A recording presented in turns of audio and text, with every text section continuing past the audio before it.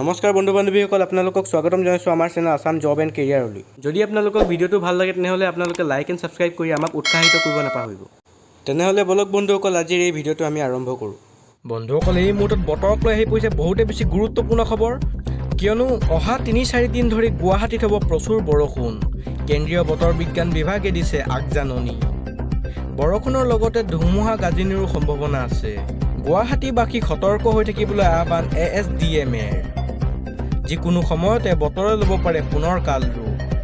ৰাজ্যৰ কেইবাখনো জিলাত এলাৰ্ট জাৰি বতৰ বিজ্ঞান কেন্দ্ৰৰ। বিগত কেইবাদিন পৰা ভিন্ন প্ৰান্তত বতৰে লৈছে ৰুদ্ৰ ৰূপ। বিগত কেইবাদিনো ৰাজ্যৰ প্ৰান্তে প্ৰান্তে প্ৰবল বৰষুণ, শিলাবৃষ্টি আৰু ধুমুহা।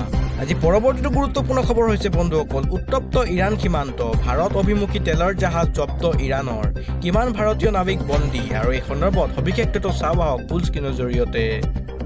ভাৰত অভিমুখী তেলৰ জাহাজ জব্দ ইৰাণৰ। ইপামী নন্দিছ নামৰ বাণিজ্যিক জাহাজ জব্দ কৰিছে ইৰাণে। বিপদত ভাৰতীয় জীৱন, উত্তেজনাৰ নতুন ঢৌ। ইৰাণৰ জব্দ জাহাজত আছে ভাৰতীয় নৌ কৰ্মচাৰী। ভাৰত অভিমুখী গৈ থকা অৱস্থাতে কৰা হৈছিল আক্ৰমণ। 21জন ক্ৰুৰ মাজত আছে এজন ভাৰতীয় লোক। হৰমুজত আবদ্ধ 38 বছৰীয়া সঞ্জয় মাহাৰ। শ্ৰীগংগানগৰৰ বাসিন্দা সঞ্জয় মাহাৰ জাহাজখনৰ ভাইচ কেপ্টেইন। পৰিয়ালৰ মাজত লাগিছে এতিয়া হাহাকাৰ। চৰকাৰৰ হস্তক্ষেপৰ দাবী সঞ্জয়ৰ পৰিয়ালৰ।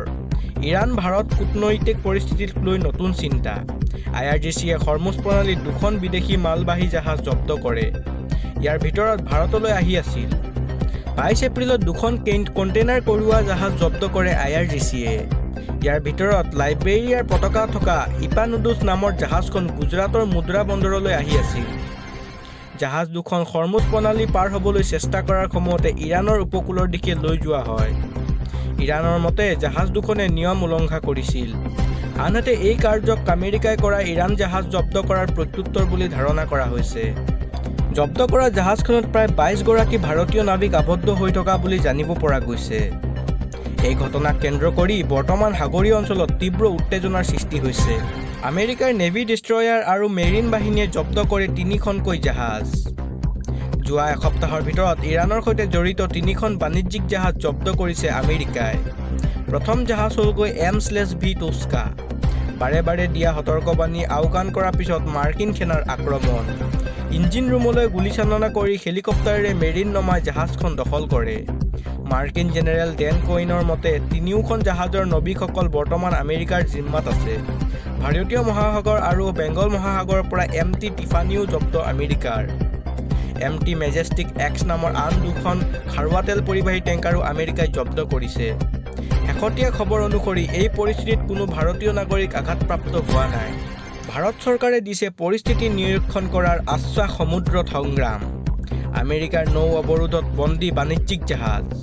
উত্তপ্ত ইৰাণ সীমান্ত। বন্ধুসকল, আজি পৰৱৰ্তীটো গুৰুত্বপূৰ্ণ খবৰ হৈছে মছজিদত মুছলমান মহিলাই নামাজ পঢ়াত বাধা নাই। সুপ্ৰিম কোৰ্টত এই কথা জনালে মুছলিম পাৰ্চনেল ল বৰ্ডে। মুছলিম মানুহসকলে প্ৰৱেশ কৰি পাৰে মছজিদত, কিন্তু মূল দুৱাৰেৰে মহিলাসকলে মছজিদত প্ৰৱেশ কৰিব নোৱাৰে। মছজিদত নামাজৰ পৰিৱৰ্তে মহিলাই ঘৰতে নামাজ পঢ়াত সুবিধাজনক। মহিলাই ঘৰত নামাজ আদায় কৰিলে শিশুসকলক যত্ন ল'ব পাৰে। মুছলিম পাৰ্চনেল ল বৰ্ডৰ অধিবক্তাৰ এই যুক্তি। শবৰীমালা মন্দিৰৰ গোচৰক লৈ উচ্চতম ন্যায়ালয়ত হৈছিল শুনানি। বন্ধুসকল, আজি পৰৱৰ্তীটো গুৰুত্বপূৰ্ণ খবৰ হৈছে এহাতে চিলিণ্ডাৰ লওক, তাৰ পিছতহে DAC নম্বৰ দিয়ক। বুকিঙৰ পিছত LPG চিলিণ্ডাৰ নোপোৱাকৈ ডেলিভাৰী মেছেজ আহিছে নেকি? ভুলতো শ্বেয়াৰ নকৰিব DAC নম্বৰ। এহাতে চিলিণ্ডাৰ লওক, তাৰ পিছতহে DAC নম্বৰ দিয়ক। ৰন্ধন গেছ নাটনিৰ মাজতে একাংশই চলাইছে চিলিণ্ডাৰৰ কলা বজাৰ। বুকিঙৰ পিছত ফোনযোগে DAC নম্বৰ লৈ চলাই কলা ব্যৱসায়। গতিকে চিলিণ্ডাৰ নোপোৱা পৰ্যন্ত আপুনি শ্বেয়াৰ নকৰিব DAC নম্বৰ। মেছেজ অহাৰ পিছতো যদি আপুনি চিলিণ্ডাৰ নাপায় তেন্তে দিয়ক অভিযোগ। মুকলি কৰা হৈছে 2টাকৈ নতুন নম্বৰ, 8927225667 অথবা 8391990070। IOCLৰ তৰফৰ পৰা মুকলি কৰা হৈছে এই নম্বৰ 2টা। মিছ কলতে বুক হ'ব আপোনাৰ গেছ চিলিণ্ডাৰ আৰু আহিব নিশ্চিত মেছেজ। আজি পৰৱৰ্তীটো গুৰুত্বপূৰ্ণ খবৰ হৈছে বন্ধুসকল, প্ৰতিগৰাকী কৃষকৰ বাবে আহি পৰিছে ভাল খবৰ। PM কিষাণৰ 23 নং কিস্তিৰ বাবে নাম পঞ্জীয়ন কৰিলেনে? এই সন্দৰ্ভত সবিশেষ তথ্য চাওঁ আহক ফুল স্ক্ৰীনৰ জৰিয়তে। PM কিষাণ সন্মান নিধিৰ ধন লাভ কৰাসকলৰ বাবে আহি গ'ল ডাঙৰ খবৰ। 23 নং কিস্তি লাভৰ বাবে শীঘ্ৰেই পঞ্জীয়ন কৰক আপোনাৰ নাম।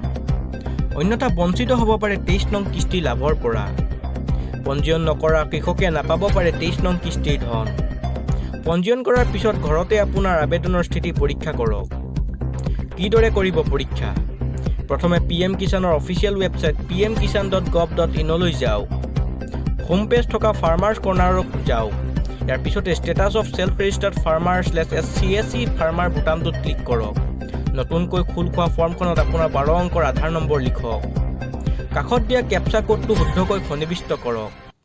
শেষত চাৰ্চ বুটামটোত ক্লিক কৰিলে আপোনাৰ আবেদনৰ বৰ্তমানৰ স্থিতি দেখিবলৈ পাব। যদি আপোনাৰ পৰীক্ষা কৰি থকা হৈছে তেন্তে পেণ্ডিং ফৰ এপ্ৰুভেল বুলি আহিব। সম্পূৰ্ণ পৰীক্ষা হ'লে এপ্ৰুভ বাই ডিষ্ট্ৰিক্ট/ষ্টেট বুলি আহিব। যদি আপুনি আগতেই পঞ্জীয়ন কৰিছিল আৰু কিস্তিৰ তথ্য চাব বিচাৰে তেন্তে ফাৰ্মাৰ্ছ কৰ্ণাৰত থকা ন' ইয়ৰ ষ্টেটাছ বিকল্পত ক্লিক কৰক। ইয়াৰ বাবে আপোনাৰ পঞ্জীয়ন নম্বৰ আৰু মোবাইলত অহা OTPৰ প্ৰয়োজন হ'ব।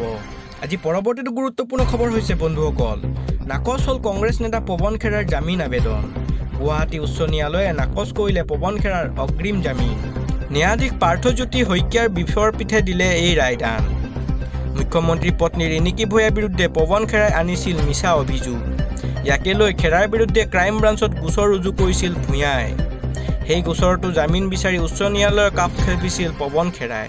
7 বছৰ 10 মাহৰ অন্তত যাৱজ্জীৱন কাৰাদণ্ড 20 জন লোকৰ। অভিনীলে পালে ন্যায়। এই সন্দৰ্ভত সবিশেষ তথ্য চাওঁ আহক ফুল স্ক্ৰীনৰ জৰিয়তে। অভিনীল হত্যাকাৰীক যাৱজ্জীৱন কাৰাদণ্ড। 20 অপৰাধীয়ে কটাব লাগিব আজীৱন জেলত। অলফা যুঁজ টিমুঙৰ নেতৃত্বত সংঘটিত হৈছিল ভয়ংকৰ কাণ্ড। ৰূপসিঙৰ ক্ৰয়ে মৃত্যুৰ পাছতো অভিনীলক বোল্ডাৰেৰে বাৰম্বাৰ কৰিছিল প্ৰহাৰ। 8 বছৰৰ অন্তত শাস্তি ঘোষণা নগাঁও সত্ৰ ন্যায়াধীশ আদালতৰ। এয়া ইচ্ছাকৃত হত্যাকাণ্ড নাছিল বুলি যুক্তি দৰ্শাইছিল অপৰাধীৰ অধিবক্তাই। বন্ধুসকল, আজি পৰৱৰ্তীটো গুৰুত্বপূৰ্ণ খবৰ হৈছে কেবত স্কুললৈ গৈ থকাৰ শিক্ষাৰ্থীৰে ভয়ংকৰ ঘটনা। এতিয়া মোবাইল ফোন ছুইচ অফ। কেবত স্কুললৈ গৈ থকা শিক্ষাৰ্থীৰ লগত ভয়ংকৰ ঘটনা। পৰিয়ালৰ লোকসকললৈ মেছেজ কৰিছিল শিক্ষাৰ্থীগৰাকী। I am in danger বুলি মেছেজ। এতিয়া মোবাইল ছুইচ অফ শিক্ষাৰ্থীগৰাকীৰ। গুৱাহাটী মহানগৰীৰ পৰা বৰঝাৰৰ মাইলছ ব্ৰুঞ্চৰ অভিমুখী আছিল। উবেৰত গৈ থকা অৱস্থাত বিপদগ্ৰস্ত শিক্ষাৰ্থীগৰাকী। বৰঝাৰৰ মাইলছ ব্ৰুঞ্চৰ স্কুলৰ শিক্ষাৰ্থীগৰাকীৰ নাম আছিল ভাওনা শৰ্মা। শিক্ষাৰ্থীগৰাকীৰ ঘৰ মহানগৰীৰ তেতেলিয়াত। পৰিয়ালৰ লোকে জালুকবাৰী থানাত দাখিল কৰিছে এতিয়া এজাহাৰ। অনুসন্ধান আৰম্ভ জালুকবাৰী আৰক্ষীৰ। বন্ধুসকল, আজি পৰৱৰ্তীটো বিগ ব্ৰেকিং নিউজ আছে। এতিয়াৰে পৰা আমেৰিকাৰ নিয়ন্ত্ৰণত থাকিব ষ্ট্ৰেইট অফ হৰমুজ। ডনাল্ড ট্ৰাম্পৰ দাবীত বিশ্বজুৰি খলকনি। এতিয়াৰে পৰা আমেৰিকাৰ নিয়ন্ত্ৰণত থাকিব ষ্ট্ৰেইট অফ হৰমুজ। আমেৰিকাৰ অনুমতি নাথাকিলে কোনো এখন জাহাজে পাৰ হ'ব নোৱাৰে হৰমুজ। হৰমুজত মাইন স্থাপন কৰিবলৈ অহা ইৰাণী জাহাজলৈ গুলীওৱাৰ নিৰ্দেশনা। মাৰ্কিন নৌসেনাক এই নিৰ্দেশ ডনাল্ড ট্ৰাম্পৰ।